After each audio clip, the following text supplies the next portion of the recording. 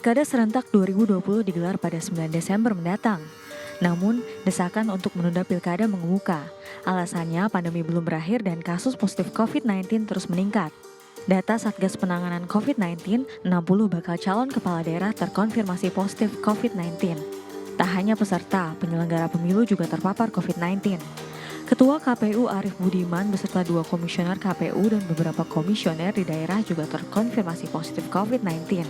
Banyak pihak mendesak pilkada serentak ditunda, termasuk Wakil Presiden ke-10 dan ke-12 Yusuf Kala.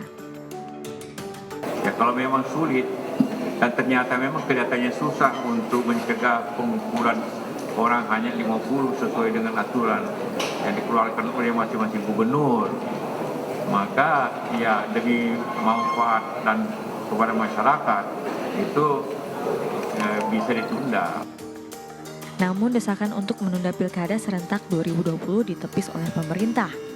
Menteri Dalam Negeri Tito Karnavian ungkap ada 2 opsi pelaksanaan pilkada serentak, namun opsi penundaan tidak ada dalam pilihan.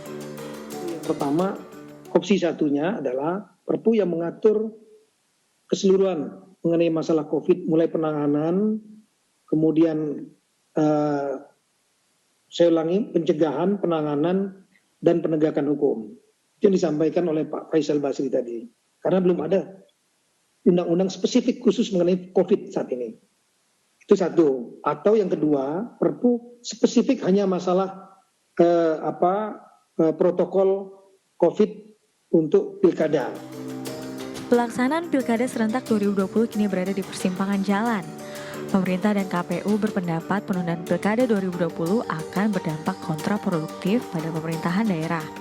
Di lain pihak, kekhawatiran ancaman penularan COVID-19 termasuk munculnya klaster baru pada tahapan pelaksanaan pilkada tidak bisa dikesampingkan, mengingat pesta demokrasi ini lekat dengan aktivitas massa dengan jumlah besar. Kini kita akan kupas lengkapnya di Indonesia Bicara. Ya, bayang COVID-19 dalam Pilkada 2020. Kita akan bahas tuntas malam hari ini pemirsa di Indonesia Bicara. Sebelumnya kita sudah tersambung dengan Pak Diki Budiman, seorang epidemiolog dari Universitas Griffith University. Selamat malam Pak Diki. Selamat malam. Ya, sehat Pak Diki? Alhamdulillah. Alhamdulillah, sehat untuk semuanya. Sehat semuanya. Baik, kondisi yang di luar dugaan begitu ya untuk di Indonesia sendiri karena kasus yang terus bertambah sampai dengan hari ini pun juga kalau boleh saya bahasakan rekor kembali 4.000 penambahan untuk hari ini, artinya masih belum dapat dikontrol begitu ya untuk kondisi kasus positif COVID-19 yang ada di Indonesia. Bagaimana Anda membaca situasi ini? Apakah memang ini pelan-pelan sudah menuju ke arah puncak atau memang justru inilah sebenarnya kondisi yang memang dialami oleh Indonesia pasca PSBB transisi dan lain-lain? Pertama, ini bukan di luar dugaan, sudah kita bisa duga. Sudah diduga sebelumnya, kan seperti ini. Peningkatannya ini, dan karena ini kita dalam posisi memang di atas, menuju, bukan relatif masih belum terlalu dekat lah puncak. Dan ini adalah buah dari bahwa masih banyak orang yang membawa virus ini belum terdeteksi. Dan sekali lagi ini juga baru khususnya di DKI dan sekitarnya, Jawa pada khususnya lagi. Jadi kalau bicara Indonesia masih jauh. Indonesia masih jauh dan masa kritis Indonesia ya belum saya perkirakan juga mungkin sampai pertengahan tahun depan lah ya untuk Indonesia secara umum, karena tiap pulau ini akan berbeda.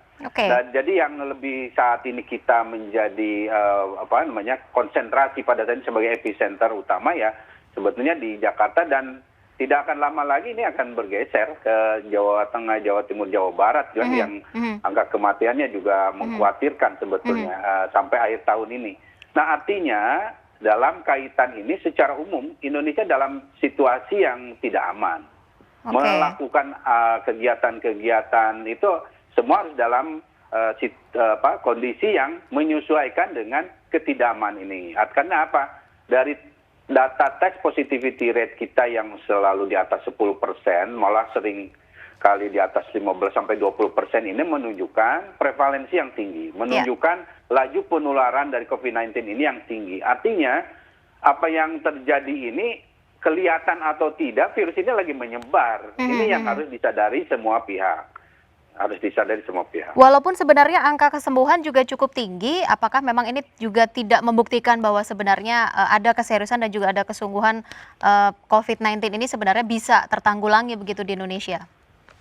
Jadi kalau bicara angka kesembuhan COVID-19 ini yang harus dipahami, pertama kenapa dia tidak menjadi indikator dalam capaian satu negara, satu wilayah dalam optimalisasi respon pada pandemi, karena harus diketahui bahwa ada banyak kasus saat ini yang tercatat dalam beberapa studi bahwa tidak semua yang pulih ini ternyata benar-benar pulih. Ya. Ada yang disebut dengan long haul. Jadi kasus COVID yang ternyata dia sudah keluar dari rumah sakit, tapi ternyata pemulihan secara status kesehatan dia belum pulih, masih harus terbaring di pembaringan, ada kelemahan dalam ekstremitas, maksudnya tangan, kaki, dan juga ada gangguan-gangguan lain yang relatif belum hilang dalam sampai beberapa bulan sejak dia keluar atau dinyatakan sebagai pulih itu. Artinya jadi, belum sembuh total begitu ya? Berarti ada ya. Jadi ini bukan binary. Kalau istilahnya bukan dua sisi mata uang ya. Jadi COVID ini bukan ada sakit terus sembuh, tidak. Jadi ada satu kondisi lain yang membuat kita harus sangat berhati-hati, karena ternyata sebagaimana pandemi dulu di 100 tahun lalu lah misalnya, flu Spanyol, itu beberapa tahun setelah 1 tahun atau 2 tahun setelah pandemi ada lebih dari 5 juta orang yang mengalami disebut dengan encephalitis letargika. Jadi orang itu jadi lemas, banyak di pembaringan, artinya aktivitasnya menurun sekali, kualitas kesehatan. Nah ini potensi ini ada di COVID-19. Makanya saya selalu menyarankan bahwa kita harus berprinsip mencegah lebih baik dari terinfeksi COVID-19. Karena ini penyakit baru, kita belum tahu apa dampak jangka pendek, jangka panjang dari COVID-19 ini. Ya, menarik kalau kita bicara kondisi yang ada di Indonesia saat ini. Terakhir juga banyak pejabat kita yang memang juga terpapar dari COVID-19. Menteri Agama salah satunya hari ini yang diinformasikan terkonfirmasi COVID-19. Beberapa hari yang lalu pejabat di DKI Jakarta pun juga meninggal karena COVID-19. Artinya pejabat-pejabat ini juga sangat rentan sebenarnya terpapar dari COVID-19 walaupun protokol kesehatan sebenarnya sudah pasti mereka jalankan begitu. Kalau bicara apakah di mana sebenarnya letak penularan yang mungkin saja terjadi yang menimpa dari pejabat-pejabat kita ini sendiri, Pak Diki? Jadi yang harus dipahami bersama adalah yang disebut dengan protokol kesehatan ini, ya, ada jaga jarak, pakai masker macam ini, itu berdiri harus kokoh di atas fondasi strategi testing, tracing yang kuat. Ya. Jadi yang disebut dengan orang atau masyarakat ataupun siapapun termasuk pejabat ini memakai masker dan segala macam, ya sebetulnya orang-orang yang ada di sekitar kita ini yang beraktivitas mobile di masyarakat ini, sebagian besar sudah terdeteksi tidak bawa virus. Itu penting banget. Ya, jadi makanya strategi testing ini penting. Seperti sekarang misalnya ada orang dibolehkan dengan situasi PSBB yang saat ini kantor boleh masuk 25% misalnya. Nah pastikanlah orang-orang yang masuk ini tidak membawa virus. Dengan apa ya? Tentu dengan testing. Testingnya ada banyak opsi testing, tidak hanya PCR yang misalnya katakan mahal, ada beberapa opsi lain. Misalnya ada pooling testing ataupun dengan antigen ya, rapid test antigen. Nah intinya adalah memastikan, meminimalisir orang-orang yang mobile ini yang berpergian dari rumah, memakai transportasi, bertemu orang, pejabat ini juga misalnya ngadain rapat lah atau ini, yang meminimalisir mereka ini bertemu atau kontak dengan orang yang bawa virus. Ini apalagi dengan adanya protokol tadi yang memakai masker segala macam, akhirnya meminimalisir lagi potensi penularannya, risikonya semakin kecil. Tapi kalau testingnya nggak ada ya kita nggak tahu siapa yang bawa virus. Ini yang terjadi. Baik, kalau tadi Anda menyampaikan bahwa di PSBB saat ini yang mungkin bahasanya adalah PSBB kompromi begitu ya, dengan kondisi kantor tetap diperbolehkan untuk beraktivitas dengan 25% begitu karyawan. Artinya jika memang terkonfirmasi ada salah satu karyawan atau beberapa karyawan yang terkonfirmasi positif COVID-19, Gubernur DKI Jakarta pun juga sudah meminta untuk dilakukan penutupan sementara. 3 hari minimal dilakukan penutupan. Cukup efektifkah sebenarnya waktu 3 hari itu atau berapa sebenarnya yang ideal untuk membersihkan atau mengurangi virus yang ada di kantor ini sendiri? Iya.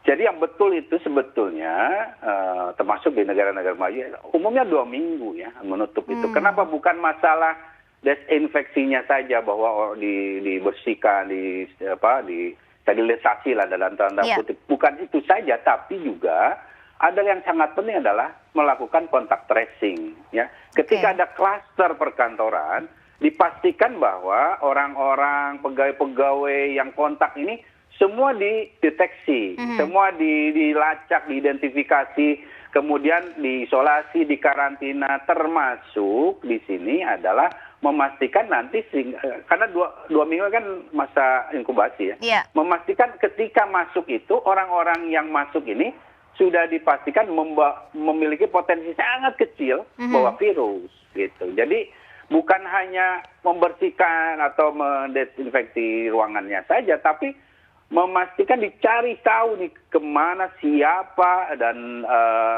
kemudian dilakukan isolasi karantina. Sudah dipastikan seperti itu. Oke, artinya 2 minggu adalah waktu yang cukup begitu ya untuk melakukan tracing dan ataupun pembersihan wilayah-wilayah yang memang cukup berbahaya begitu ya. Nah, kaitannya dengan kondisi begitu ya, kondisi lagi yang ada di Indonesia.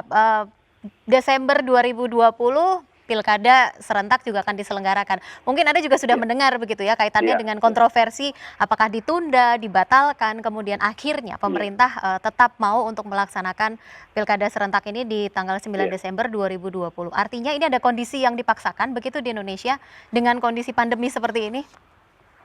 Saya melihat ini terlalu dipaksakan ya dengan kondisi yang saya sampaikan di awal, kita dalam situasi yang kritis khususnya di katakanlah di Jawa ini secara yang menjadi epicenter ya, di mana juga saya lihat pilkada banyaknya di Jawa juga nih terjadinya. Nah, dengan penduduk yang kita tahu lebih dari 50% ada di Jawa ini.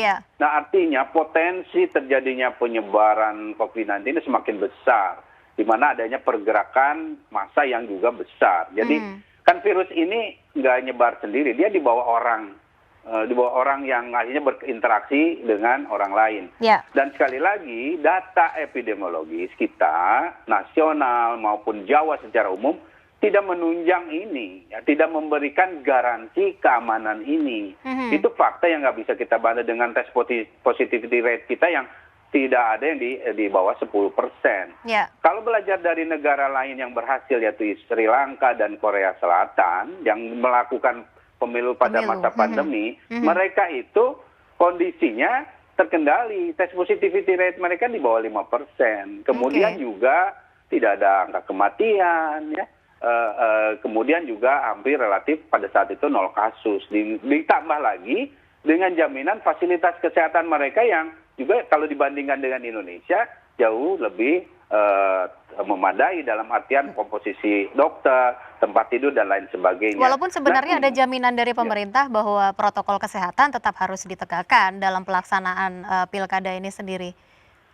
Tidak sekali lagi seperti yang saya sampaikan, yang disebut dengan protokol kesehatan itu akan efektif ketika dia berdiri kokoh di atas fondasi testing tracing yang sudah optimal, di atas fondasi data-data epidemiologi yang juga aman, ya tes positivity rate dan segala macam itu. Jadi ini semua tidak ada yang mendukung data itu. Jadi artinya mau protokol seketat apapun, kan nggak ada yang disebut dengan no risk, itu nggak ada. Tidak ada yang disebut dengan sama sekali nol risiko. Apalagi ini dalam kondisi kita nggak bisa mendeteksi orang mana siapa yang bawa virus dan segala macam.